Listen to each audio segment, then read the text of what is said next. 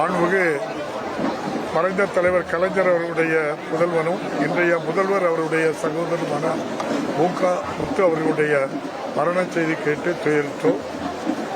அவரை இழந்து வாழும் அவருடைய குடும்பத்தார் அனைவருக்கும் என்னுடைய ஆழ்ந்த ஆறுதலை தெரிவித்தோம்.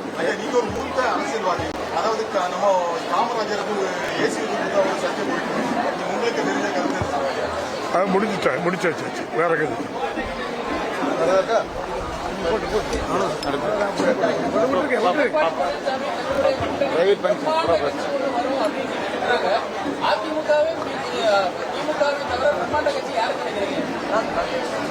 தெரியல தம்பி, நீங்க தான் அவர்கிட்ட தானே கேட்கணும். என்கிட்ட கேட்டா நான் தம்பி சொல்லுவோம்.